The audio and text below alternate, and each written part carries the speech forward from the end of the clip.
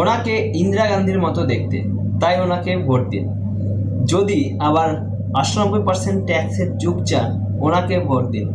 যদি আবার 1% জিডিপি বৃদ্ধির হার চান, ওনাকে ভোট দিন। যদি 30% মুদ্রাস্ফীতি চান, তাহলে ওনাকে ভোট দিন। যদি দেশের সব কলকারখানা বন্ধ হয়ে যান চান এবং যুবকরা আবার নকশাল হয়ে চান, ওনাকে ভোট দিন। যদি করের পয়সায় যুদ্ধ জিতে যারা হেরেছে তাদের কাছে আত্মসমর্পণ চান, ওনাকে ভোট দিন। যদি চান দেশের কোনো এইমস না হোক, ওনাকে ভোট দিন। যদি চান হরিয়ানা, উত্তরপ্রদেশ, পাঞ্জাবের কৃষক সবুজ বিপ্লবের প্রকল্পের সব সুবিধা পাক এবং বাংলা, বিহার, উড়িষ্যা চাষে ভিখারি হয়ে যাক, তবে ওনাকে ভোট দিন। গরিবি হটাও স্লোগান মানে যদি গরিবি হটাও বলতে চান, তবে ওনাকে ভোট দিন।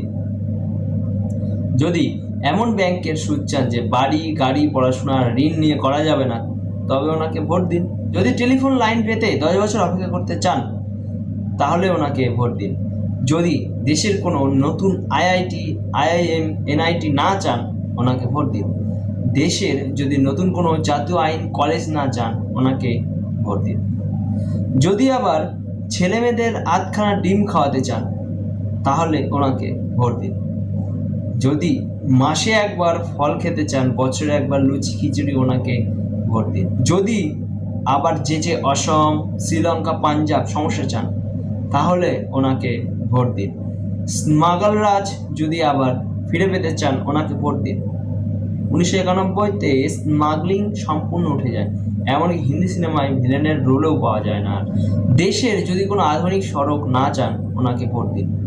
ওই সময় সড়ক পথে কলকাতা থেকে আসানসোল যেতে 10 ঘন্টার বেশি সময় লাগতো। তবে শেষ প্রশ্ন, আমাদের পিসিমণি থাকতে কেন প্রিয়াঙ্কা ম্যাডাম? পিসিমণি কী দোষ করলো?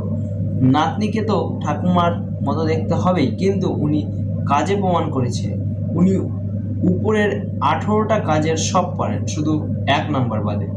উনি রাজ্যে নবোদয় বিশ্ববিদ্যালয় পর্যন্ত খুলতে দিচ্ছেন না। আর কি চাই? ওনার ভাইপোকে মুখ্যমন্ত্রী করে কেন ওনাকে প্রধানমন্ত্রী করা হবে না?